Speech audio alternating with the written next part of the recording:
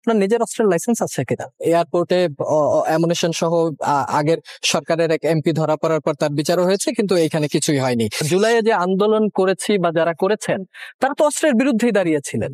সেই সময় তো আমি নিরাপত্তা নিয়ে আমরা চিন্তা করিনি। গভর্নমেন্টের উনি পার্ট হন, তখন তার কি মিনিমাম এই সিকিউরিটি গুলো নেওয়ার লাগে। এখানে শফিকুল আলমও কিন্তু খুব কম গুরুত্বপূর্ণ ব্যক্তি নন। শফিকুল আলম নিরাপত্তাহীনতায় ভোগে কিনা আমি বুঝি না যে এটা নিয়ে এত আলোচনারই বা কি আছে। আপনাদের সরকার দায়িত্ব নেয়ার পর আলোচনাও যেমন হয়েছে, সমালোচনাও হয়েছে। রিসেন্টলি বেশ কয়েকটা ঘটনা, আপনাদের একজন উপদেষ্টাকে নিয়ে কয়েকবার এই বিভিন্ন টপিকে আলোচনা হয়েছে। লাস্ট উনি বিমানবন্দরে একটা সেমিনারে যাওয়ার সময় অ্যামুনিশন সহ ব্যাগে ছিল, পরবর্তীতে এটা নিয়ে অনেক কথা হয়েছে। শফিকুল আলম উনি বলেছেন যে নিরাপত্তার জন্য আমি অস্ত্রের লাইসেন্স নিয়েছি। আমরা ৩৬ জুলাই বা জুলাইয়ে যে আন্দোলন করেছি বা যারা করেছেন তারা তো অস্ত্রের বিরুদ্ধেই দাঁড়িয়েছিলেন। সেই সময় তো আমি নিরাপত্তা নিয়ে আমরা চিন্তা করিনি, আমরা জান দেওয়ার জন্য সবসময় তৈরি ছিলাম। তাহলে এখন কেন অস্ত্রের প্রয়োজন? ওই আন্দোলনের one of the big leader ছিলেন, তো ওনাকে তো টার্গেটটা আপনারা তো দেখেছেন, ওনাদের অনেককেই তো টার্গেট করা হয়েছে না, কিন্তু ওই সময়ের চাইতে এখন কি প্রাণের ভয় বেশি?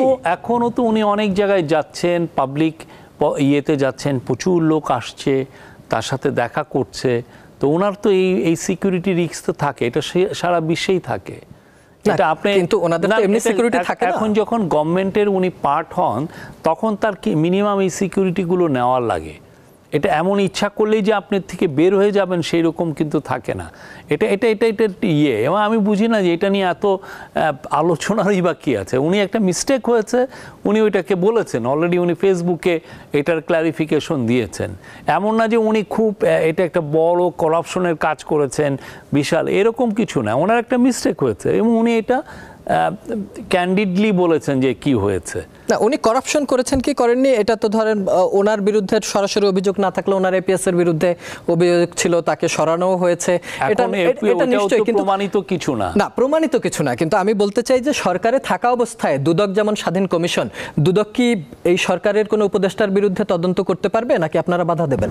আমরা কি বাধা দিচ্ছি? না না, আমি বলি নাই যে বাধা দিচ্ছেন, আমি বলছি যে বাধা দিবেন। বিষয়ে বাধা দিচ্ছি, বরঞ্চ আমাদের চিফ অ্যাডভাইজার পত্রিকাগুলোর এডিটরদেরকে ডেকে এনে বলেছেন যে আপনারা অবাধভাবে লেখেন, আমরা যদি অন্যায় করে থাকি আমাদের ক্রিটিসাইজ করেন, আমাদের যদি দুর্বলতা পান ক্রিটিসাইজ করেন, আমরা যদি পলিসি ফেইলিউর হয়, আমি কোনো ধরনের আপনি ওগুলো নিয়ে লেখেন।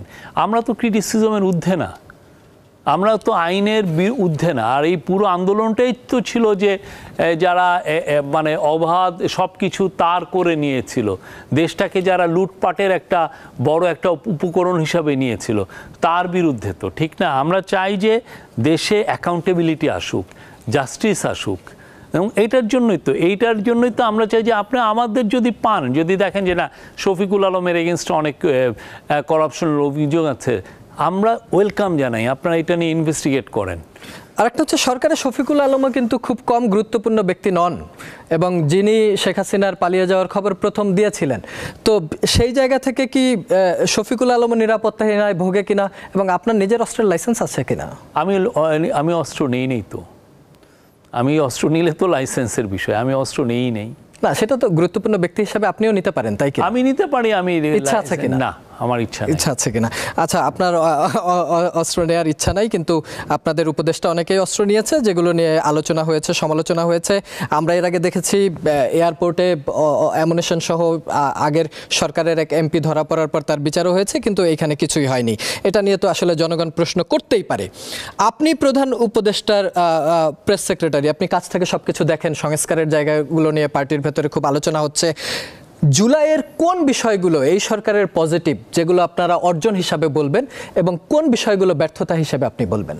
আমরা তো সব কিছুতেই পজিটিভ দেখি, কিন্তু আমাদের কথা হচ্ছে যে আমরা যেই পেসে, আমরা যে ব্যুরোক্রেসিকে পেয়েছি, সেই ব্যুরোক্রেসিকে নিয়ে আমি যেই গতিতে এগোতে চাই সেই গতিতে আমরা এগোতে পারি নাই।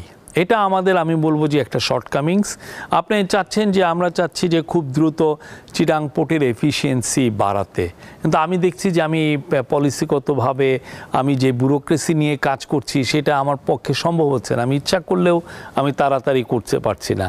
আমি কিছু কিছু জায়গায় কি কি সেক্টরে আমি রিফর্ম করতে চাচ্ছি, দেখা যাচ্ছে আমি পাচ্ছি না। আমি চাচ্ছি যে আমার সরকারি যেই মিলগুলো ছিল অনেকগুলো যেগুলো বন্ধ আছে, পাটকল, চিনিকল, সেই মিলগুলোকে আমি একটা জয়েন্ট ভেঞ্চারের এগ্রিমেন্টের মাধ্যমে একটা বড় কোম্পানিগুলোকে দিতে চাচ্ছি, বিদেশি কোম্পানি, কিন্তু আমি পারছি না। আমার যে ব্যুরোক্রেটিক যেই ট্যাঙ্গেল আছে, ব্যুরোক্রেটিক রেড টেপ আছে, সেগুলো আমাকে অ্যাফেক্ট করছে, আমাকে কাজটা করতে দিচ্ছে না। বাট আমরা ফোকাস আছি, আমরা যে যে কাজ আমাদের দায়িত্বে আছে আমরা প্রত্যেকটা কাজই করছি। আর ব্যর্থতার জায়গা যদি বলেন? ব্যর্থতা ওই যে আমি বললাম যে স্লো, আমি যেই বেগে আমার কাজটা করার দরকার ছিল আমি সেই বেগে করতে পারছি না। আচ্ছা, এইটাই শুধু ব্যর্থতা হিসেবে দেখছেন? আমি যদি কিছু ব্যর্থতার জায়গা বলি, মানে এটা আমি আপনাকে বলছি, আপনি নিতেও পারেন নাও নিতে পারেন। সেটা হচ্ছে জুলাই আন্দোলনের আমি ব্যক্তিগতভাবে মনে করি যে প্রথম কাজ ছিল যারা নিহত হয়েছে তাদের পরিবারের পুনর্বাসন এবং যারা আহত হয়েছে তাদের চিকিৎসা। এই জায়গাগুলো নিয়ে একাধিকবার বিভিন্ন সমালোচনা হয়েছে, তারা বারবার রাস্তায় নেমেছে। এটা আমি আপনাদের মোটা দাগে একটা ব্যর্থতার কথা বলতেছি, কিন্তু এটা হওয়ার পরে আপনারা কি কোনো উদ্যোগ নিয়েছেন যাতে এটা আর না হয়? এই জায়গাটায় যেটা হচ্ছে যে স্বচ্ছতার কিছু অভাব আছে। এই স্বচ্ছতার অভাবের কারণটা হচ্ছে যে অনেকে প্রোটেস্ট করছেন, এই প্রোটেস্টটা দেখে অনেকে ভাবছেন যে এদের প্রতি কি আমরা ইনজাস্টিস করেছি। কিন্তু আমি আপনাকে ইনভাইট করব যে যারা যারা আহত হয়েছেন, যারা যারা নিহত হয়েছেন, তাদের পরিবারের সাথে আমরা কিভাবে সম্পৃক্ত হয়েছি। হ্যাঁ, আপনারা প্রত্যেকটা কেস বাই কেস ধরতে পারেন, আমরা কি তাদের সাথে অন্যায় আচরণ করেছি কিনা, তাদের যেগুলো তাদের যেই ধরনের কথাবার্তা হয়েছে যে এই টাকাটা দেওয়ার কথা, কম্পেনসেশন দেওয়ার কথা, সেগুলোই আমাদের গাফিলতি হয়েছে কিনা। এবং আমরা যারা যারা মারা গেছেন প্রত্যেকটা নাম আমরা ধরে ধরে, তার গ্রামের বাড়ি, তার ঢাকায় কোথায় ছিলেন, কোথায় মারা গেছেন, তার ডিএনএ টেস্ট, সব কিছু মিলিয়ে আমরা একদম 834 জন গেজেট নোটিফিকেশন করেছি।